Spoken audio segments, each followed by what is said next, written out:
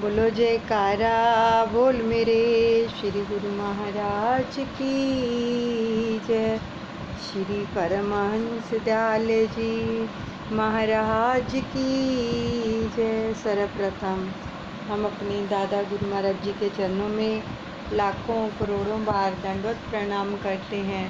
सभी परमहंसों के चरणों में भी दंडवत प्रणाम करते हैं। और हम श्रवण करने जा रहे हैं अमर ज्योति दर्शन जीवन चरित्र पंचम पातशाह। उससे पहले हम अपने दादा गुरु महाराज जी से आशीष लेंगे, उनका आशीर्वाद लेंगे, उनको नमन करेंगे, उनका आवाहन करेंगे बड़े प्रेम से। मेरे दादा गुरु महाराज तुमको लाखों प्रणाम, तुमको लाखों प्रणाम। मेरी बिगड़ी बनाने वाले तुमको लाखों प्रणाम, तुमको लाखों प्रणाम। अद्वैत का पाठ पढ़ाने वाले तुमको लाखों प्रणाम, तुमको लाखों प्रणाम। भव से पार लगाने वाले तुमको लाखों प्रणाम, कोटि कोटि प्रणाम। मेरे हापू बाबा जी तुमको लाखों प्रणाम, कोटि कोटि प्रणाम। सहित देही उड़ जाने वाले तुमको लाखों प्रणाम, कोटि कोटि प्रणाम। मेरे दादा गुरुदेव प्यारे तुमको लाखों प्रणाम, कोटि कोटि प्रणाम। हम एकाग्रचित होकर पंचम पातशाह सतगुरुदेव भगवान जी के सुंदर दर्शन दीदार कीजिए। अपने नैनों के सन्मुख उनके प्यारे दर्शनों का रसपान करेंगे और कानों से प्यारे वचनों का और श्वासों के साथ सुमिरन चलता रहे। जाप को नहीं छोड़ना है, ये हमारी ज़िंदगी है। अगर श्वासों के साथ जाप चल रहा है तो समझो हम जी रहे हैं। अगर कोई भी श्वास नाम के बिना जा रहा है तो समझो हमारी मौत है, हम मर रहे हैं, वो बेकार हैं श्वास। इसलिए शब्द को पकड़ के रखो। आगे का रसपान कर रहे हैं।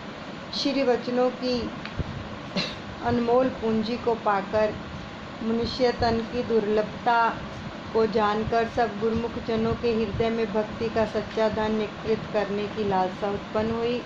तो उन्होंने अपने जीवन का सही मूल्य जानते हुए श्री वचनों के अनुसार जीवन जीने का संकल्प किया। अगले दिन 8 मार्च को प्रातः संगत एवं प्रेमी परिवारों को मत्था टेकने का अवसर मिला। सायं समय सर्वप्रथम शाहदाना आश्रम में कृपा की। प्रमुख भगत ताराचंद जी एवं सहयोगी भक्तों को इस आश्रम का पुनर्निर्माण करने के लिए फरमाया कि यहाँ 1-1 इंच मोटी सीलिंग करवा दो। आश्रम को बहुत ही सादे ढंग से बना देकर महाप्रभु जी अत्यंत प्रसन्न हुए और हर कोने में चरण स्पर्श किए। इसके पश्चात बरेली में ही श्री परमहंस अद्वैत मत के बने हुए अन्य स्थानों को कृतार्थ कर आप वापस उस स्थान पर आ गए। 9 मार्च प्रातः 4 बजे श्री सतगुरुदेव महाराज जी श्री कार में विराजमान हुए और बरेली से बदायूं होकर श्री संतनगर जाना था। श्री कार के साथ साथ पिकअप भी चल पड़ी। राम गंगा के पुल को पार करके श्री प्रभु जी श्री कार से उतरकर श्री चरणों से चलने लगे। जब पुल पार किया, राम गंगा के पुल को पार किया, तो श्री गुरु महाराज जी कार से नीचे उतर गए और अपने चरणों पर चलने लगे। अब पीछे भगत महात्मा भी पैदल चलने लगे, क्योंकि पैदल श्री गुरुमाई चरणों पर चल रहे हैं, तो मार्ग में जा रहे लोग इस दिव्य अनुपम छटा को निहारते हुए खड़े हो जाते। भक्तिवान एवं संस्कारी कई वृद्ध जनों ने यह अनुभव किया कि जैसे सूर्य के तेज में भगत जो है महात्मा जन अति सुंदर दिव्य स्वरूप धारण किए संग संग जा रहे हैं, तो उनके मन में एक ही हूक उठी कि शायद यही परमात्मा का अलौकिक स्वरूप है, कि जिसकी छटा से वे प्रभावित हो रहे हैं। और बदायूं पहुंचने से पहले मार्ग में सड़क के दोनों ओर फसल लगे खेत लहलहा रहे थे। एक खेत में ट्यूबवेल चल रहा था। आपने श्री कार वहीं रुकवाई और मौज वंश संग आए महात्मा भक्तों को स्नान करने के लिए आज्ञा दी। देखो प्रभु की कैसी मौज होती है। वहाँ पे ट्यूबवेल चल रहा था, ठीक है, और जितने भी महात्मा भगत थे अपनी मौज वंश सबको जो संग में आए थे उनको स्नान के लिए आज्ञा दी कि ट्यूबवेल में स्नान करो, और स्वयं एक किनारे पर खड़े होकर दिव्य मुस्कुराहट का आलोक फैलाने लगे। अब कितने ही किसान हाथ जोड़कर इस अद्भुत दृश्य को देख रहे थे, तो आपने उन सब किसानों को पास बुलाकर प्रसाद दिया और सबको आशीर्वाद देकर श्री कार में विराजमान होकर बदायूं से होते हुए संतनगर की ओर प्रस्थान किया। आगे का प्रसंग है कुल्लू, हिमाचल प्रदेश। प्रेम मूर्ति अरुणायन श्री सतगुरु दाता दयाल जी श्री पंचम पातशाह जी महाराज ने हिमाचल प्रदेश की धरती को पावन बनाने तथा गुरुमुख प्रेमियों के भाग्य जगाने एवं जन संधारण जिज्ञासुओं को मानव जन्म का लक्ष्य दर्शाने के लिए कुल्लू जाने का प्रोग्राम बनाया। वहाँ पर केवल महात्मा परम दयानंद जी का अखाड़ा, बाजार में एक आश्रम था। कुछ प्रेमी परिवार श्री अनंतपुर दरबार से जुड़े हुए थे और वहाँ महात्मा जन एवं बाई जो थे वो सत्संग के लिए जाया करते थे। तो महाप्रभु जी ने अपने तथा निजी सेवकों के रहने की सुव्यवस्था तथा संगतों के सत्संग के स्थान के लिए सुचारू प्रबंध करवाने के लिए महात्मा अमर आत्मानंद जी को कुल्लू भेजा। तो महात्मा जी ने वहां जाकर कुछ प्रमुख भक्तों के साथ मिलकर स्थान ढूंढा और ढूंढना आरंभ किया। तो बहुत ढूंढने पर भी कोई उपयुक्त स्थान नहीं मिला। तो पुनः विदित हुआ कि यहाँ एक रिटायर्ड कर्नल के 3 मंजिल नए होटल का निर्माण किया है उसने, जो अभी खाली पड़ा है, क्योंकि होटल का कार्य अभी आरंभ नहीं हुआ था। तो महात्मा जी उसके पास आए और पहले तो उसने नवनिर्मित इस स्थान को देने के लिए आनाकानी की, परंतु महात्मा जी ने उसे बतलाया कि हमारे गुरुदेव यहाँ पर पधारे हैं और वे केवल 3-4 दिन के लिए ही कृपा फरमाएंगे, तो उसके पश्चात तुरंत ही हम इस स्थान को खाली कर देंगे। तो वह प्रेमी तो था नहीं, अतः सोचने लगा कि कोई प्रतिष्ठित सम्मानीय पुरुष होंगे जिनके लिए ये आग्रह कर रहे हैं।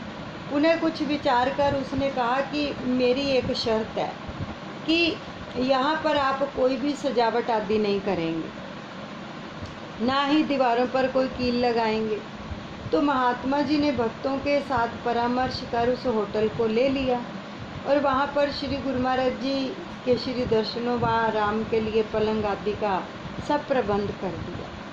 तो संगतों के आवास स्थान और लंगर का भी सारी सुव्यवस्था उस होटल में कर दी। अब क्या हुआ, अब 11 मई 1991 को आप निजी सेवादारों के सहित बम्बई से भुंतर हिमाचल प्रदेश एयरपोर्ट पर पहुँचे। प्रेमी भक्तों ने गुलदस्ते हार भेंट किए। कुल्लू निवासी प्रेमी भक्तों ने अपने प्रेम का अद्भुत स्वरूप प्रस्तुत किया। अब पहाड़ी बालाएँ पहाड़ी वेशभूषा में खुशियों में मंगल अभिनंदन गाती हुई नृत्य करने लगी। तो उस समय का दृश्य ऐसा था कि जैसे चकोरों का चांद से मिलन हो रहा और चांद अपनी मधुमयी दृष्टि से उनकी तृषा बुझाने में व्यस्त हो। मंद मंद मुस्कुराते हुए अलौकिक छटा बिखेरते हुए महाप्रभु जी ने सब और एक कृपा दृष्टि डालकर फरमाया कि ये भी संस्कारी रूहें हैं। पुनः आप श्री कार में विराजमान हो गए और आगे आगे श्री सतगुरुदेव महाराज जी की कार और पीछे पीछे प्रेमी भक्तों की कारें होटल तक पहुंचती गई। आप अंदर जाकर विराजमान हो गए। तो श्री सतगुरुदेव महाराज जी के श्री दर्शन के लिए कुछ एक प्रेमी परिवार तथा भाई परम पुनीतानंद जी के सुंदर नगर से कुछ भगत यहाँ पर जो थे पहुँचे हुए थे। तो अभी कई संगतें यहाँ पर सायं समय तक पहुँचने के लिए तैयार हो रही थी कि एकदम पूर्व प्रधानमंत्री राजीव गांधी के निधन का समाचार जो था प्रसारित हो गया। जब महाप्रभु वहाँ पर पहुँचे तो हमारे देश के प्रधानमंत्री तब राजीव गांधी थे, तो उनके निधन का जो समाचार था वो प्रसारित हो गया। अब क्या हुआ, चक्का जाम हो जाने के कारण संगतों को होटल में पहुंचने तक असुविधा हो गई, तो जिससे सब प्रेमी यहाँ नहीं पहुंच सके।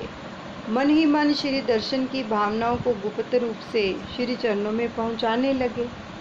अब महाप्रभु जी ने यह क्या लीला रचाई कि किस प्रकार ऐसे समय में भी वहाँ पर सबको श्री दर्शन एवं सत्संग से निहाल व मालामाल किया कि परवाने भी जहाँ दीपक जल रहा हो वहाँ पर पहुँचने का मार्ग नहीं पूछते, वे रोशन मीनार पर पहुंचकर ही दम लेते हैं। तो सायं समय श्री दर्शन खुले। उस समय जोगिंदर नगर से 20-25 गुरुमुख आड़े टेढ़े रास्ते से गुजरते हुए श्री चरणों में पहुँचे। कुछ प्रेमी पहले वहाँ पर मौजूद थे। उस होटल का मालिक भी परिवार सहित वहाँ पर पहुँच गया और श्री प्रभु जी ने वचन फरमाए। गोस्वामी तुलसीदास जी अपनी वाणी में इस प्रकार लिखते हैं, मोल चतुर्दश भुवन को एक श्वास है तो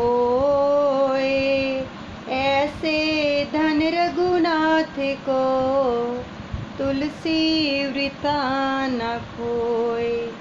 प्रत्येक महापुरुष ने अपनी अपनी वाणी में श्वासों का मूल्य बताया है, परंतु अर्थ व उद्देश्य सबका एक ही है कि जैसे कीमते यक नफस अस्त हर दो जहाँ गोहरे नायाब शुद्ध राएगा।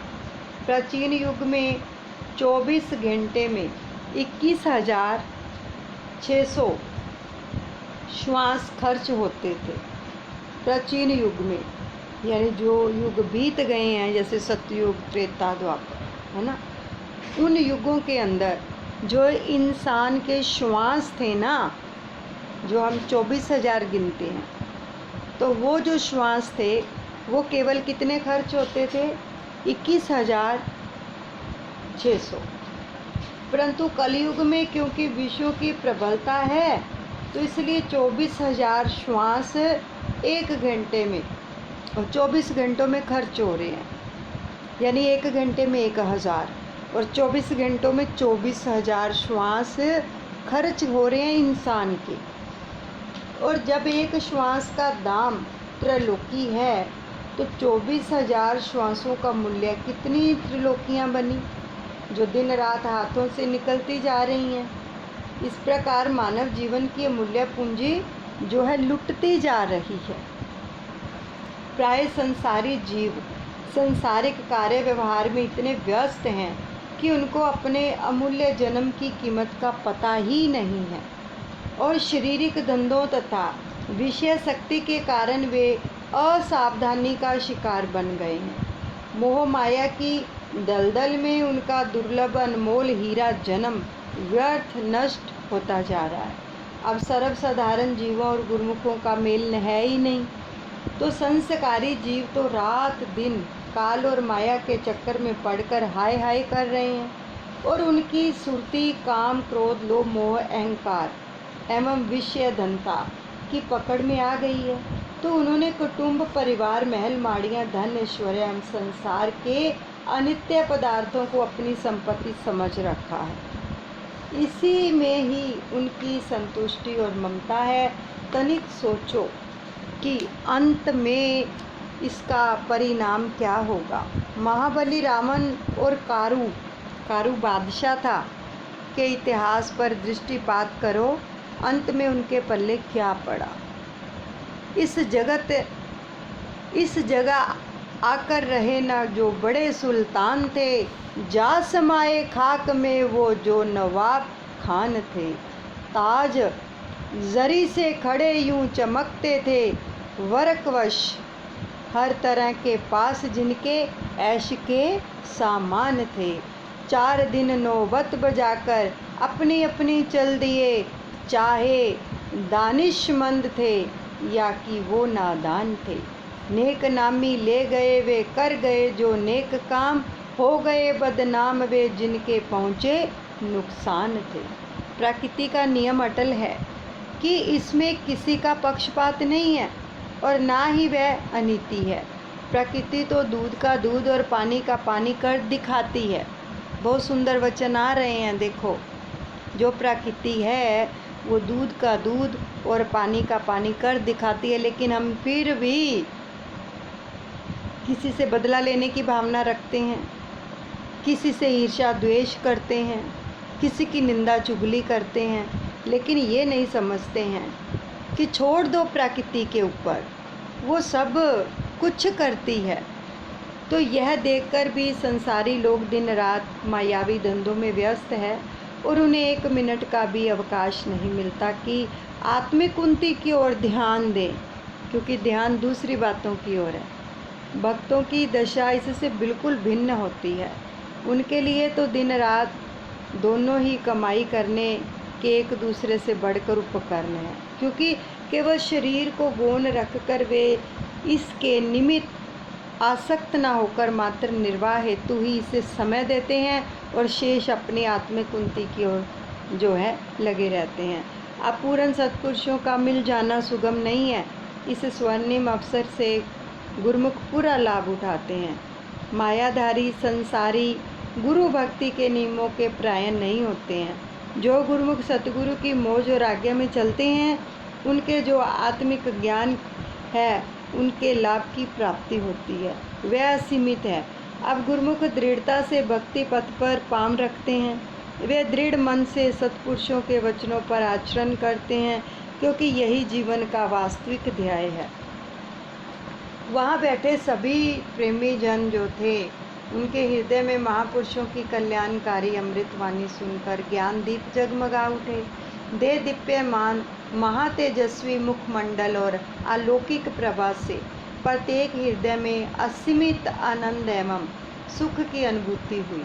श्री प्रभु जी की समीपता और रूहानी लाभ को पाकर आभार प्रकट करने लगे। किसी ने विनय की, प्रभो, अनेक जन्मों के पुण्य संस्कारों की प्रतीक्षा के पश्चात भी श्री चरणों की इतनी समीपता नहीं मिल सकती जितनी आज आपने हमें प्रदान की है। किसी ने विनय की, प्रभु दर्शन की लालसा आत्मा की पिपासा बनकर व्याकुल रहती है। आपने अपनी असीम कृपा करते हुए एक ही दृष्टि में उसे पूर्ण कर दिया है। प्रेमी गुरुमुखों के इन भक्ति प्रेम के उद्गारों को सुनकर मुस्कुराते हुए फरमाया प्रभु ने कि यह सब आपकी दृढ़ आस्था और प्रेमा भक्ति का ही फल है। नाम सुमरन, सत्संग तथा सेवा को जीवन का उद्देश्य बनाओ और जीवन पर्यंत खुशियाँ मनाओ। श्री प्रभु जी उस होटल के मालिक की ओर निहार रहे थे, जो पहले देने के लिए तैयार नहीं था, है ना। तो उसके अंतर में भी नव चेतना का ऐसा संचार हुआ कि जैसे उसने प्रत्यक्ष परमात्मा के श्री दर्शन कर लिए हों। वह भी आंखें बंद करके अंतर मन में झांकता, कभी मस्तक पर देखता और कभी आंखें खोलकर सन्मुख विराजमान इस दिव्य ज्योति महाप्रभु जी के श्री दर्शन करता। आत्म जागृति उसे श्री दर्शन एवं सत्संग में प्राप्त हो चुकी थी। तो उसने श्री चरणों में आकर विनय की, प्रभो, मेरी भूल को क्षमा करो। मैंने तो समझा था कि किसी प्रतिष्ठित सम्मानीय व्यक्ति के लिए मुझसे जगह मांग रहे हैं। आपके करुणामयी विशाल हृदय ने हम अज्ञानी जीवों पर ऐसी अमृत वृष्टि करके एक क्षण में ही हमारे अंतर्मानस को आलोकित कर दिया है। यह कार्य कठिन ही नहीं, असंभव है। सचमुच आप भगवान हैं और निष्काम भाव से सबको जीवन जीने की कला सिखाते हैं। आपकी महान अनुकंपा का आभारी हूँ भगवान। मैंने इन सेवकों को दीवार पर कील ठोकने एवं सजावट करने से मना कर दिया था। अब ऐसे दिव्य नज़ारे को पाकर दिल चाहता है कि मैं अपने हाथों से अच्छी तरह से सजावट करूं। अब उसकी विनय पर प्रभु जी ने परिवार को नाम दीक्षा दी। देखो कितना सौभाग्य जिन्होंने श्री गुरु महाराज जी के मुखार बिंद से नाम दीक्षा ली। खुद उसके परिवार को पंचम पातशाह सतगुरुदेव भगवान जी ने नाम दीक्षा दी। और उस होटल का नाम निज मुख से क्या रखा? शांति कुंज, शांति कुंज फरमाया। तो देखो अभी जहाँ पर प्रभु विराजमान है वो है श्री आनंद शांति कुंज, और उस होटल को नाम दे दिया शांति कुंज। तो श्री सतगुरुदेव महाराज जी 22 मई को प्रातः समय महात्मा परम दयानंद जी के आश्रम पर पधारे, और वहाँ पर मनाली के 2 भगत और भुंतर के दूर व नज़दीक के गुरुमुख प्रेमी आए हुए थे। तो उबड़ खाबड़ पत्थरों पर रेत बिछाकर महात्मा जी ने उसे समतल करवाया हुआ था, और सीढ़ियाँ जो थी, सीढ़ियों की ऊंचाई 1 फुट से भी अधिक थी। 15 सीढ़ियाँ चढ़ने के पश्चात पहली मंजिल पर शांति भवन बना हुआ था, और उसके एक और फूलों की क्यारियाँ तथा एक और चढ़ाई चढ़ते हुए दूसरी मंजिल तक पहुंचने के लिए टेढ़ी मेढ़ी सड़क थी। तो वहाँ पर श्री परमहंस द्वैत मंदिर और साथ में 2 कमरे बने हुए थे। उनकी ऊंचाई में फूलों की क्यारियों के ऊपर की ओर सेबों के पेड़ लगे हुए थे। तो इससे ऊपर काफ़ी ऊंचाई पर तीसरी मंजिल पर केवल एक ही कमरा बना हुआ था। तो एक भगत जी ने उस आश्रम की फ़ोटो दिखाते हुए नतमस्तक को विनय की, महाराज जी इस स्थान पर ऊपर चढ़ना बहुत मुश्किल होगा, आप यहीं से ही आशीर्वाद देकर हमें कृतार्थ करें। तो उस समय वर्षा की मंद मंद बौछार होने लगी। महाप्रभु जी ने मुस्कुराकर फरमाया, भगत जी यहाँ पर श्री परमहंस मंदिर में महान विभूतियाँ विराजमान हो, वहाँ पर कठिनाई कैसी? डगमग पग पग धरती पुकारे, कुदरत में जो भरे नज़ारे, महापुरुषों दर दामन पसारे, चरण स्पर्श को तरसें सारे। महापुरुष भी एक नियम में बंधे होते हैं कि धरती की पुकार ही उन्हें अपने पास खींचकर ले आती है। गुरुमुख प्रेमियों का बसेरा बनकर, प्रेमा भक्ति की शक्ति बनकर सदा सर्वदा सतपुरुषों के पावन चरण स्पर्श से यह सौभाग्यवती बनती है। श्री सतगुरुदेव महाराज जी ने प्रथम सीढ़ी को श्री चरणों से पवित्र किया। दोनों और महात्मा जन कर कमलों को थामे हुए थे। मुखमंडल पर बौछार की बूंदें मोतियों की तरह चमक रही थी। जरा अनुभव कर लीजिए इस दृश्य को कि कितने सुंदर दर्शन हैं महाप्रभु के। दोनों तरफ महात्मा जनों ने कर कमलों को थामा है और सीढ़ी चढ़ा रहे हैं प्रभु को, और जो बारिश की बूंदें मुखारविंद पे पड़ रही हैं वो मोतियों की तरह चमक रही हैं। तो महाप्रभु जी दोनों कर कमलों से नीचे खड़े हुए गुरुमुख प्रेमियों को आशीर्वाद देते और अपना मुखारविंद पहुँच लेते। तो इस प्रकार एक सीढ़ी चढ़ते हुए सब सीढ़ियों को पार किया। पीछे से अन्य गुरुमुख भी ऊपर चढ़ते गए। श्री वस्त्र थोड़े भीग चुके थे, परंतु दिव्य मुस्कान और मधुर वाणी में फरमाया, देखो कैसा आनंद, कभी पाया है ऐसा आनंद। और शांति भवन में पहुंच गए। वहां पर सबको 15 मिनट के लिए मौन ध्यान में बिठाया, यानी नाम जाप में बिठाया। सचमुच ही सामने श्री दर्शन और मंद मंद समीर से मानो सुरती भी शब्द में लय होकर आनंदित हो रही थी। तो महाप्रभु जी ने 15 मिनट के बाद फरमाया कि जब भी जिस समय महापुरुषों की नज़दीकी मिले, भजन सुमरन ध्यान में सुरती को लगाना है। जैसे कि हमें इस समय मिली हुई है। सामने दर्शन हो रहे हैं, साथ में हम वचन सुन रहे हैं, लीलाओं का रसपान कर रहे हैं, लेकिन श्वासों के साथ शब्द का जाप चलता रहे। प्रभु फरमा रहे हैं। तो ऐसे मूल्यवान समय से लाभ उठाना है।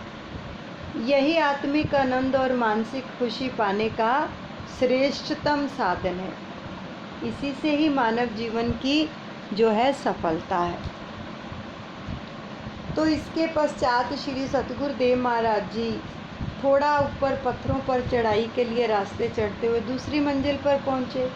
श्री परमहंस अद्वैत मंदिर जी में मत्था टेका और वहीं पर विराजमान होकर साथ में आए हुए प्रेमी गुरुमुखों को श्री दर्शन देकर सत्संग प्रवचनों से कृतार्थ किया। आपने पूछा, महात्मा जी यह इतनी ऊंचाई पर और शहर से दूर आश्रम बनाया है, यहाँ पर कोई पहुँचता भी है या नहीं? तो एक भगत जी खड़े होकर विनय की, प्रभु यहाँ पर महात्मा जी कोई भी त्यौहार मनाते हैं तो बुजुर्ग गुरुमुख भी ऐसे सीढ़ियाँ चढ़ते हैं जैसे 16-17 वर्ष का कोई युवक चढ़ाई चढ़ रहा हो। तो यह सब महापुरुषों की शक्ति है। यहाँ आकर वे सत्संग व सेवा का भी भरपूर लाभ उठाते हैं। तो महात्मा जी एवं संगत ने महाप्रभु जी के शुभ आगमन की खुशियों के गीत गाए। अब स्थान चाहे छोटा था, परंतु प्रेमी श्री दर्शन का मधुर रसपान करते हुए प्रेम विभोर मंत्र मुग्ध हो रहे थे। हर एक परिवार के साथ उनके हृदय की भावना को जानते हुए उसी अनुरूप ही प्रवचन करते हुए उन्हें सरसा रहे थे प्रभु। तो उनमें से कुछ सदस्यों ने विनय की, स्वामी जी आपने कैसे जान लिया कि हमारे दिल में ऐसे विचार चल रहे हैं? बिना कुछ पूछे कि हमारे अंतर की जानकर हृदयों में असीम आनंद और खुशियाँ भर दी। उन सब ने अपने अपने घरों को पवित्र करने की विनय की कि हमारे घर चरण डालो। श्री गुरु महाराज जी से प्रार्थना की। तो महाप्रभु जी ने आश्रम में बने बगीचे और कमरों को कृतार्थ किया। सब गुरुमुखों के लिए नाश्ते का प्रबंध था। सबने प्रेम श्रद्धा से भोजन ग्रहण किया। पुनः कार में विराजमान होकर फरमाया कि पहले राजा महल की ओर चलो। वहाँ एक भगत जी के घर कृपा की और मौज वंश पूछा कि यह आपका अपना घर है? तो भगत जी ने विनय की, स्वामी जी यह मकान किराए पर लिया हुआ है। महाप्रभु जी ने उसी समय फरमाया कि अपना घर बड़ा बनाना। उन प्रेमियों की इतनी हैसियत भी ना थी कि परंतु श्री वचनों के अनुसार कुछ समय पाकर उनका बहुत बड़ा मकान बन गया। कहते हैं ना, संत बोले सहज सभा, संत का बोला व्यर्था ना जा। जो महाप्रभु अपने मुखारविंद से सहज में ही वचन फरमा देते हैं वो पत्थर पर लीक होते हैं और वो जरूर फलते हैं। तो महाप्रभु जी ने सब भक्तों के घरों में कृपा की और अपने प्यारे प्रभु जी को अपने घर में विराजमान हुआ देखकर भक्तों की हैरानी और खुशी की कोई सीमा नहीं रही। तो प्रेम मगन होकर श्री गुरु महाराज जी का आभार प्रकट करने के लिए जिनकी एक विनय पर ही त्रैलोकीनाथ ने उनके घरों को पवित्र कर दिया, कुल्लू वाले सभी प्रेमियों को भक्ति सुधा रसपान करवाकर आपने मनाली की ओर प्रस्थान किया और वहाँ पर 5-7 प्रेमी परिवार श्री दर्शन के लिए आए। तो मनाली में कई स्थानों को कृतार्थ करते हुए वापस कुल्लू लौट आए। अब मार्ग में पुल को पार करने के लिए वन वे रोड यानी एक तरफा रोड था होने के कारण इधर से महाप्रभु जी की कार पुल पर चढ़ चुकी थी और उधर दूसरी ओर से जो थे डीएसपी की कार सामने की ओर से आती हुई दिखाई दी। अब दोनों ने ही अपनी अपनी कारें उसी स्थान पर रोक ली। अब महापुरुष तो जो है नम्रता का प्रतीक होते हैं, अतः उन्होंने भगत पवन जी जो ड्राइवर थे उनको कार पीछे की ओर ले जाने के लिए फरमाया। उसने विनय की, स्वामी जी मेरी कार में तो स्वयं त्रैलोकी मालिक विराजमान है, इसलिए मैं कार पीछे नहीं करूँगा। तो उसके मन में यह भाव था कि मेरे प्रभु तो कुल मालिक हैं और सामने से आने वाली कार में बैठे हुए डीएसपी का दर्जा तो बहुत छोटा है। तो इतने में उस डीएसपी को ऐसा प्रतीत हुआ कि सामने खड़ी हुई कार में कोई प्रतिभाशाली तेजस्वी महापुरुष विराजमान है। तो उन्हें उसी समय आत्म जागृति के एक अलौकिक स्वरूप का आभास हुआ। वे कार से नीचे उतरे और दूर से ही दोनों हाथ जोड़कर कार में बैठ गए तथा अपने ड्राइवर को जो था वो कार पीछे ले जाने के आदेश दिया। तो महाप्रभु जी पुल पार करते हुए उस कार के पास से धीरे से उसे आशीर्वाद देते हुए आगे बढ़ गए। तो महात्मा आत्म हीरानंद जी ने विनय की कि प्रभु सुंदर नगर के आश्रम पर कृपा करें। महात्मा जी ने प्रार्थना कर दी। तो श्री वचन हुए, यह देखो ऊंची ऊंची पहाड़ियाँ, कलकल करती नदियाँ तथा बाग बगीचे सब प्राकृतिक सुंदरता लिए हुए हैं। यही इनमें ही सुंदर नगर के दर्शन कर लो। इसी प्रकार सबको कृतार्थ करते हुए श्री प्रभु जी भुंतर एयरपोर्ट पर पधारे और वहाँ से विमान में विराजमान होकर बम्बई से होते हुए श्री प्रयागधाम की धरती को पवित्र किया। यहीं पर हम सत्संग को विश्राम देते हैं। दादा गुरु महाराज जी के चरणों में समर्पण करते हैं। अनुचित क्षमा करें। बोलो जयकारा बोल मेरे श्री गुरु महाराज की जय। श्री परमहंस दयाल जी महाराज की जय। आगे का प्रसंग है सूरत, वो कल श्रवण करेंगे।